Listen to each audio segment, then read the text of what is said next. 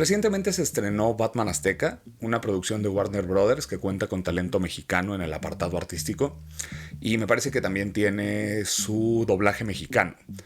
Estuvo en cines, pero creo que ahora está disponible en HBO Max y nos narra la historia de Batman, la figura que todos conocemos, pero en el contexto de México Tenochtitlán durante la llegada de los españoles. Siempre es agradable ver una adaptación como recontextualizada y su éxito fue bastante decente de este lado del mundo. En España me parece que suscitó una suerte de polémica porque dijeron que fomentaba la leyenda negra de los conquistadores. Esto me da pie para decirles tres cosas. La primera es que creo que no disfruto mucho de las películas de superhéroes. La segunda es que yo soy Ulises de la Rosa, autor y barista. Y la tercera es que este es el primer episodio de La Contrabarra. ¿Quiere decir esto que el video de hoy es sobre superhéroes? No, en realidad. En realidad vamos a hablar de un poema de José Carlos Becerra titulado Batman. Pero bueno, tocaremos un poco la figura del superhéroe y cómo contextualiza cosas histórica y socialmente. Pero primero vamos a preparar algo de beber.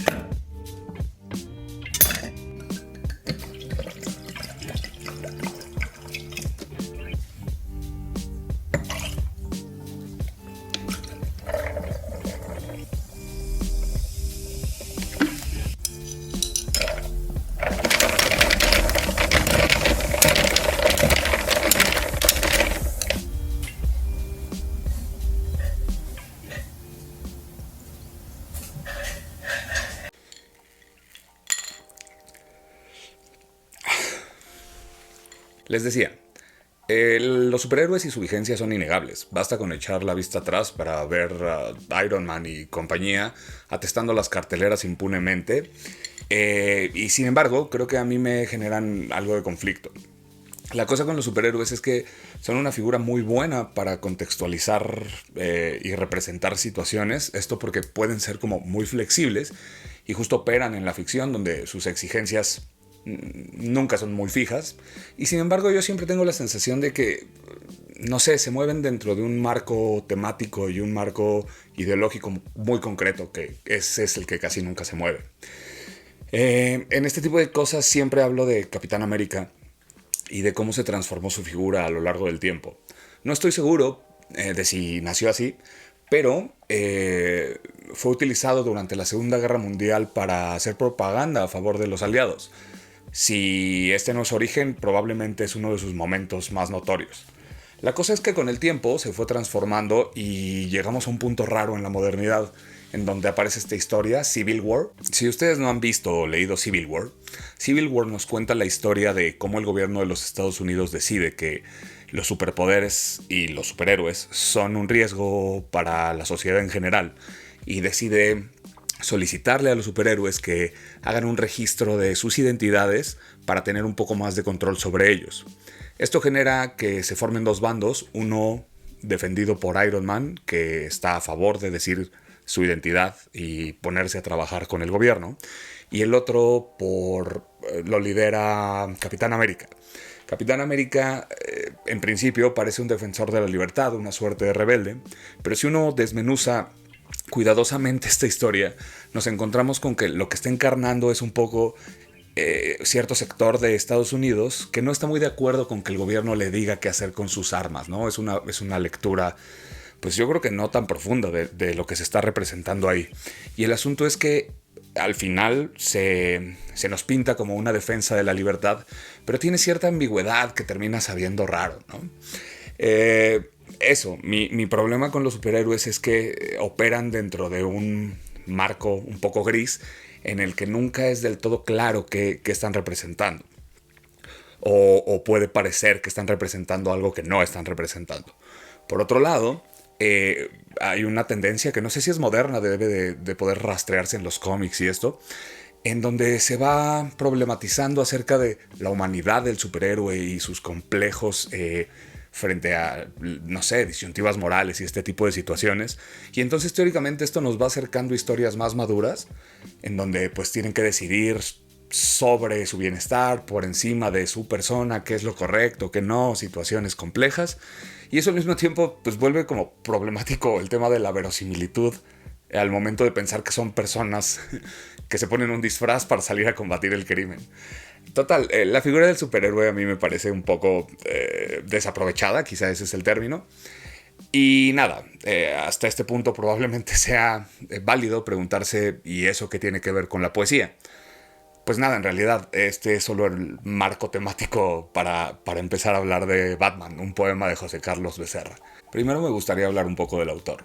José Carlos Becerra nació en Tabasco en 1936 y murió en un accidente de auto en Italia en 1970. En realidad murió bastante joven.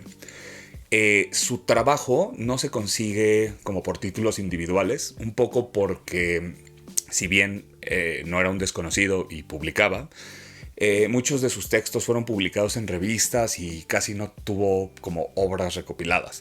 Lo que se consigue es esto, que es El otoño recorre las islas, que es una recopilación de su obra. Y bueno, esto lo editaba el Fondo de Cultura Económica, pero cuando yo lo conseguí, que fue como hace 10 años, ya lo editaba Era. No sé si todavía se consiga. Si a usted le interesa la poesía mexicana, le recomiendo encarecidamente que se acerque al trabajo de Becerra. Sus poemas siempre tienen temas como el luto, la noche, cierta vigilia hacia las cosas que ocurren fuera de nosotros. De hecho, esos son los grandes temas del poema que estamos por ver. Y bueno, probablemente haya que comenzar por el título. Batman, que es el título que eligió Becerra para este poema, podría acercarnos a la idea de estas visiones modernas de Batman.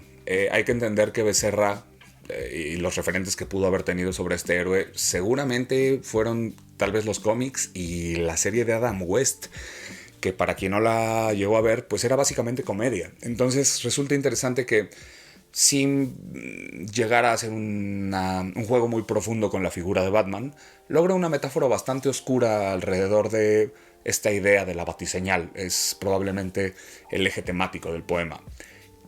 Resulta interesante porque, pues no sé, seguro en los cómics hay ejemplos de esto bastante anteriores, pero en el cine tuvimos que esperar hasta Burton, en los 90 me parece, para encontrarnos con una visión oscurecida del personaje, y hasta los 2000 y tantos para llegar a los Batmans de Nolan, al Batman de Nolan. En fin, ¿cómo vamos a hacer esto? Bueno, vamos a leer pedacitos del poema, pedacitos porque todos tenemos cosas que hacer, e iremos haciendo análisis muy sencillos al respecto. Batman, José Carlos Becerra. Escrito probablemente como entre 1967 y 1969.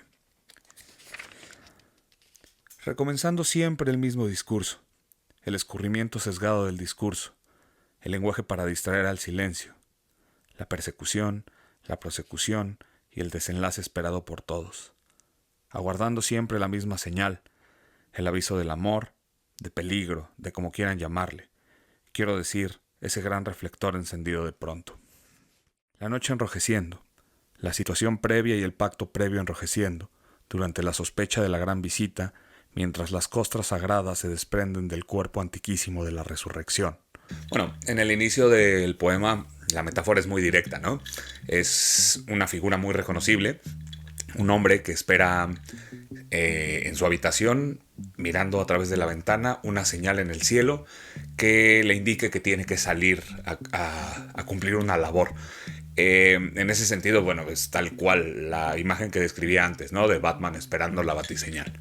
Aquí el ingenio de la frase ganguea al advertir de pronto su sombrero de copa de ilusionista, ese jabón perfumado por la literatura con el cual nos lavamos las partes irreales del cuerpo, o sea, el radio de acción de lo que llamamos el alma, las vísceras sin clave precisa, los actos sin clave precisa, la danza de los 7 velos, velada por la transparencia del dilema, y por la noche, antes de acostarse, la dentadura postiza en el vaso de agua, la herida postiza en el vaso de agua, el deseo postizo en el vaso de agua. La señal, la señal, la señal. Así sonríes, sin embargo, confiando otra vez en tu discurso, mirándote pasar en tus estatuas, flotando nuevamente en tus palabras. La señal, la señal, la señal. Y entre tanto, paseas por tu habitación. Sí, estás aguardando tan solo el aviso, ese anuncio de amor, de peligro, de como quieran llamarle. Ese gran reflector encendido de pronto en la noche. En esta parte ya comenzamos a notar cierta rareza en el asunto. Tal vez lo indirecto del lenguaje nos problematice un poco entenderlo, pero creo que hay un verso que nos habla muy directamente del núcleo temático del poema, ¿no? Esta parte en donde dice la dentadura postiza dentro del vaso de agua, la herida postiza dentro del vaso de agua, el deseo postizo dentro del vaso de agua, nos marca una suerte como de espera rutinaria, algo cotidiano en la vida de este individuo que espera, pero al mismo tiempo la caracteriza como postiza, ¿no? Y entonces ya podemos empezar a notar que las intenciones de este individuo que espera son raras, pero también son muy habituales en él. Y al ser caracterizadas como postizas, podríamos incluso inferir que tal vez esas razones que lo hacen esperar en la noche mientras mira por la ventana ni siquiera sean tan suyas. Y entre tanto miras tu capa, contemplas tu traje y tu destreza cuidadosamente doblados sobre la silla, hechos especialmente para ti. Para cuando la luz de ese gran reflector pidiendo tu ayuda aparezca en el cielo nocturno, solicitando tu presencia salvadora en el sitio del amor o en el sitio del crimen. Solicitando tu alimentación triunfante, tus aportaciones al progreso, requiriendo tu rostro amaestrado por el esfuerzo de parecerse a alguien, que acaso fuiste tú mismo, o ese pequeño dios, levemente maniático, que se orina en alguna parte cuando tú te contemplas en el espejo. Justo en esta parte ya empezamos a tener como cierto tono ansioso en la figura de la que nos habla Becerra.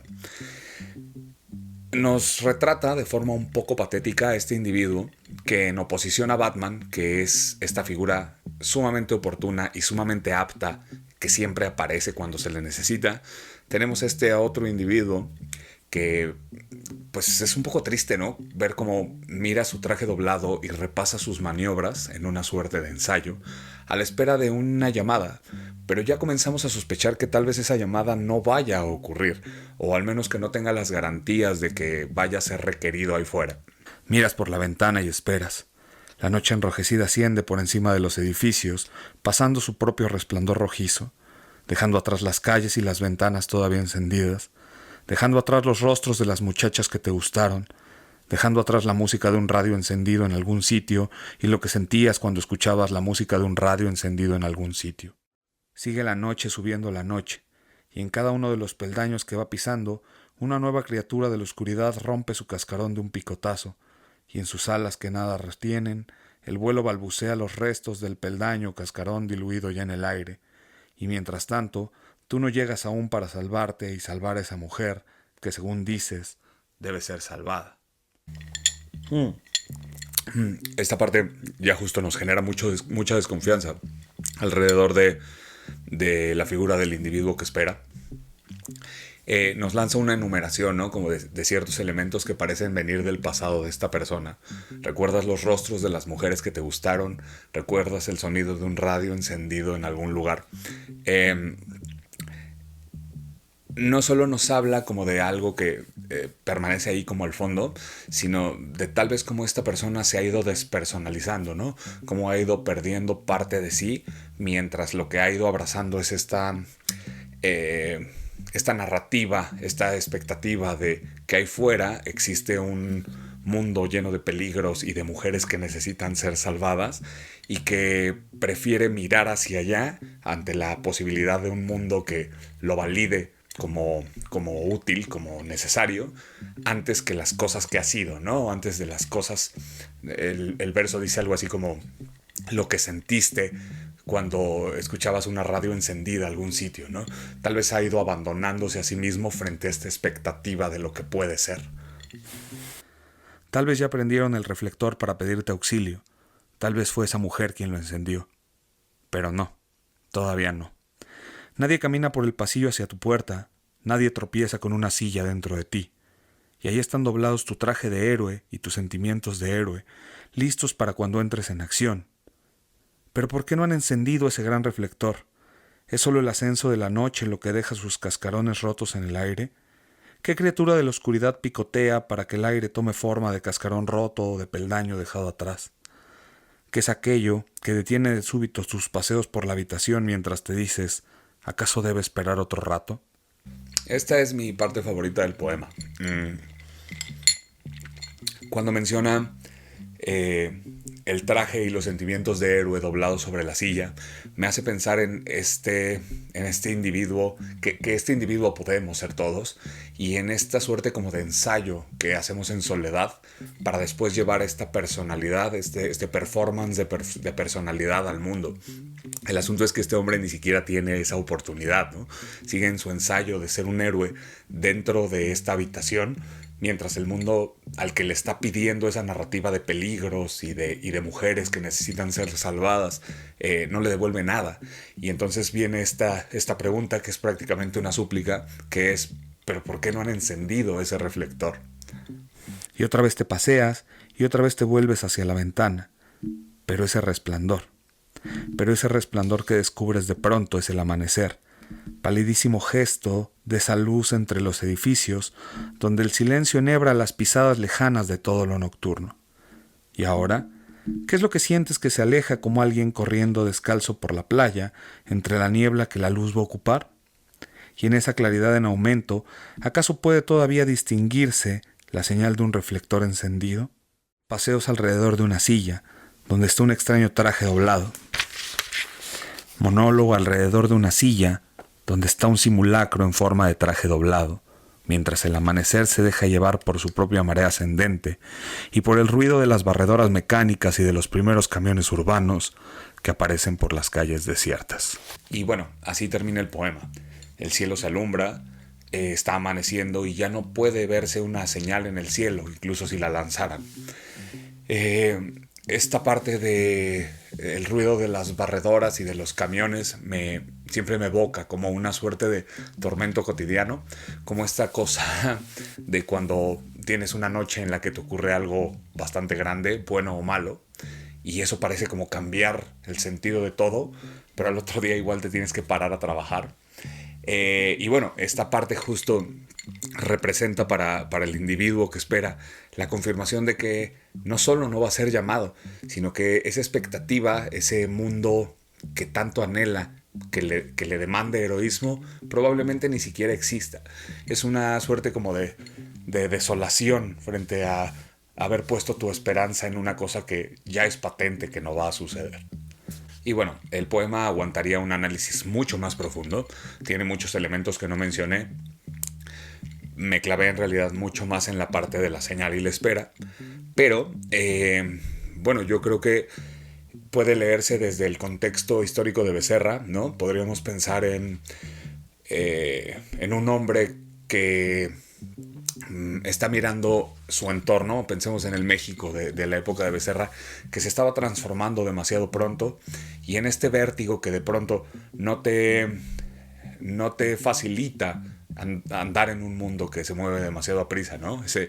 Ese momento histórico, que siempre estamos en ese momento histórico, ¿no? Pero ese momento histórico donde de pronto tus certezas se van desdibujando y resulta muy tentador abrazar formas quizá tradicionales o muy conocidas.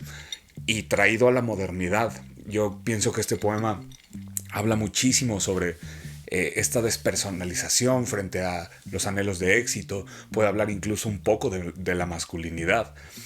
Yo creo que es súper vigente, ¿no? Este tema de anhelar situaciones que no sabemos si están ahí solo por no poder ver de frente la realidad y aceptar como es.